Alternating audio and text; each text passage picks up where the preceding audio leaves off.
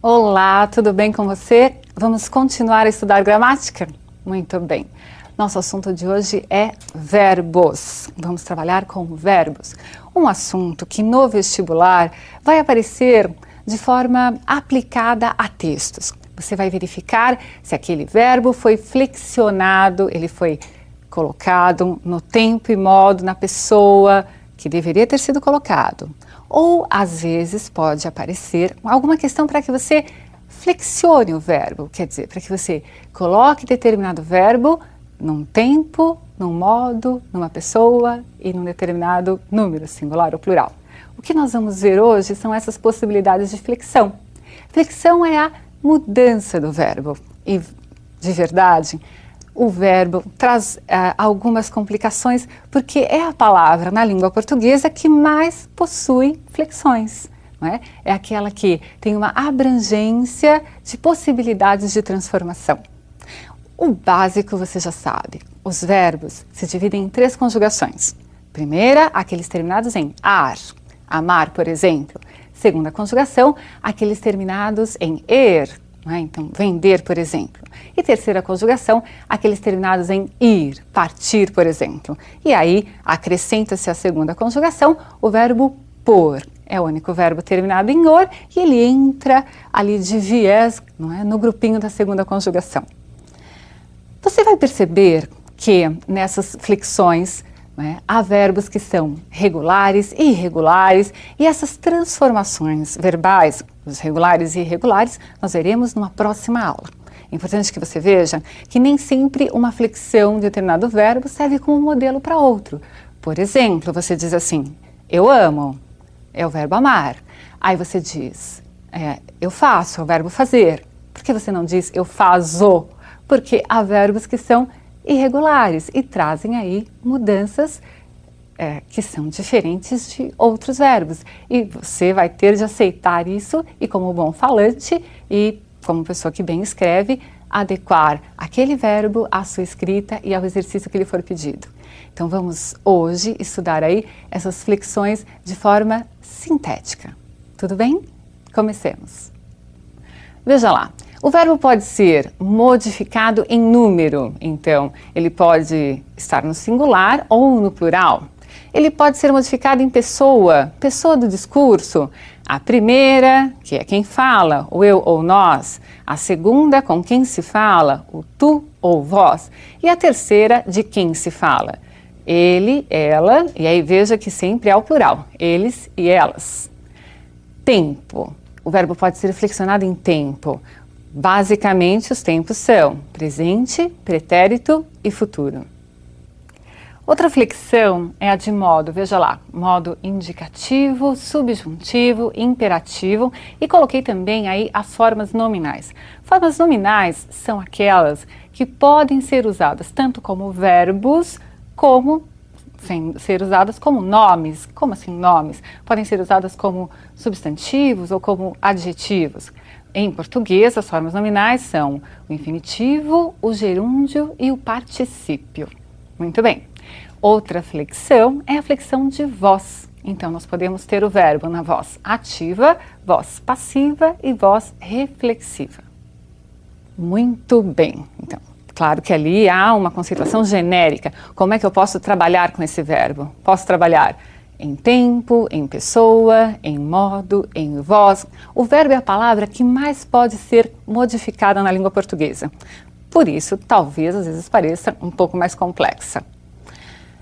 Comecemos aí a entender melhor quais são essas flexões. Então, nós vimos no geral, um quadro geral dos conceitos. Agora vamos começar a trabalhar, entendê-los um a um. Veja. A primeira flexão que nós vamos trabalhar, o que é o modo? Bom, todo mundo diz assim, há 3 modos, o indicativo, o subjuntivo e o imperativo. Tá, mas para que ele serve? Por que é que eu mudo o verbo de modo, eu flexiono o verbo em modo? Porque o modo, ele vai indicar a atitude do falante em relação ao fato que está sendo comunicado, que se comunica.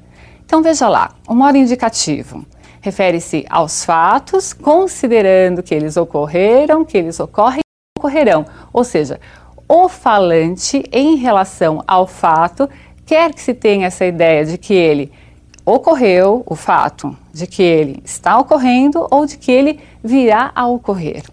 Entenderam isso? Então, eu só vou usar o modo indicativo quando houver aí uma certeza, não é, de que o fato ocorreu, ocorre ou ocorrerá. O exemplo, eu comprei aquela roupa. Está naquele tempo que você já conhece, que é o pretérito. Temos aí também o modo subjuntivo. Sempre que se falar em modo subjuntivo, pense que a atitude do falante em relação ao fato é de considerá-lo como uma possibilidade, um desejo, uma suposição. Então veja que a atitude do falante é que se modificou. Então ele deverá utilizar um outro modo, que é o subjuntivo. Veja, talvez eu compre aquela roupa.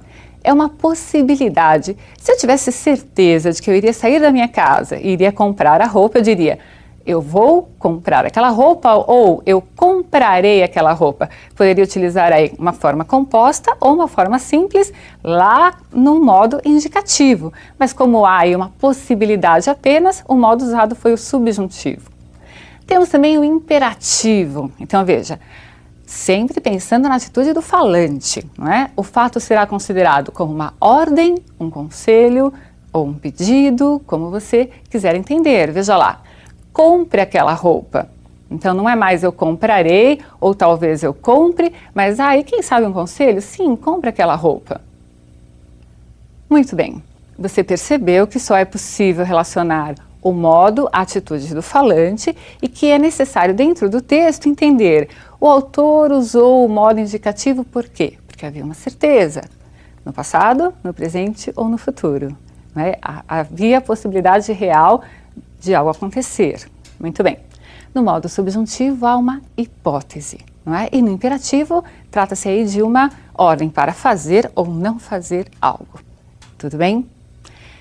Vejamos aí mais uma flexão. Vimos a de modo, agora nós vamos ver a de tempo.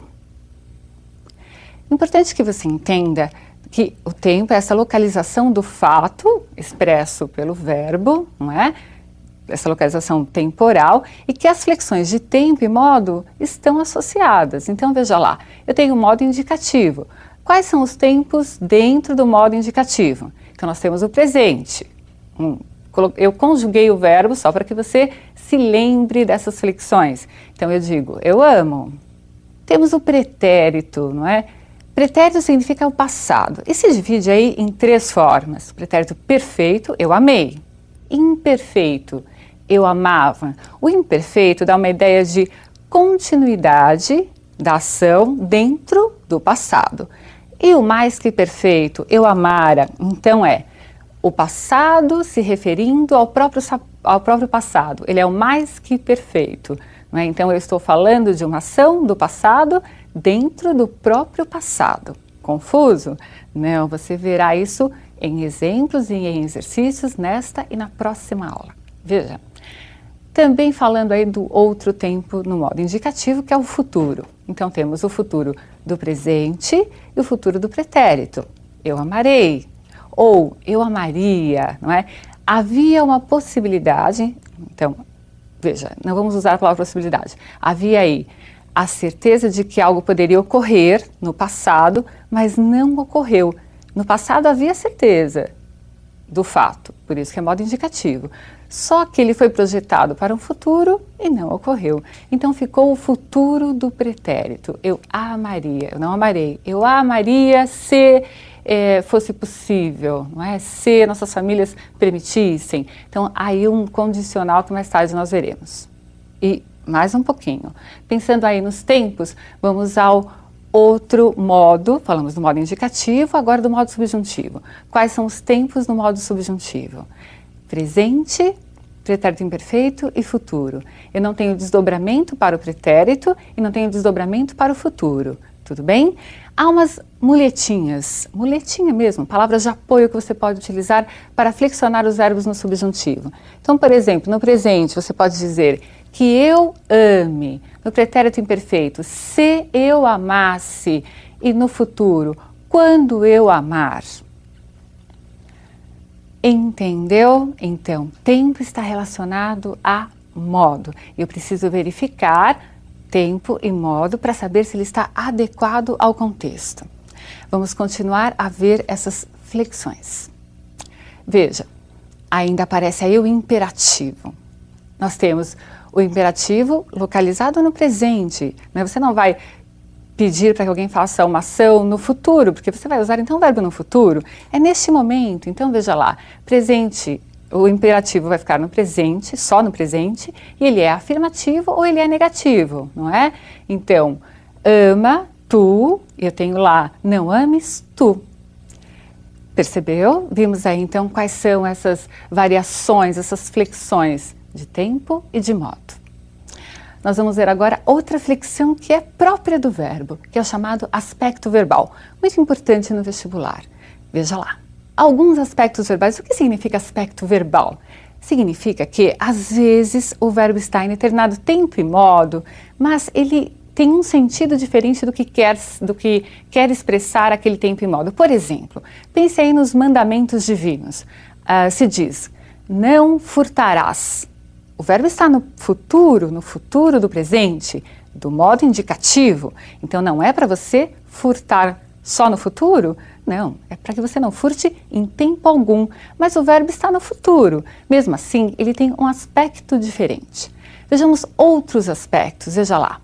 Habitual ou frequentativo. Não importa o tempo ou modo, você vai perceber que o verbo vai expressar hábito ou frequência. Ele chegava por volta das 9 ao trabalho, das 9 horas ao trabalho. Então, o verbo está no pretérito imperfeito, mas ele está indicando um hábito, sempre ocorre daquela forma. Vamos a outro aspecto. Inceptivo ou incoativo. Essas palavras já indicam o início do processo verbal. Então veja, ele começou a perder a paciência.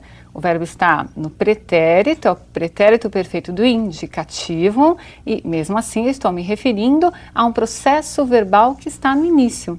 Eu poderia colocar o verbo no presente até e ter essa mesma ideia de início. Por exemplo, ele começa a perder a paciência.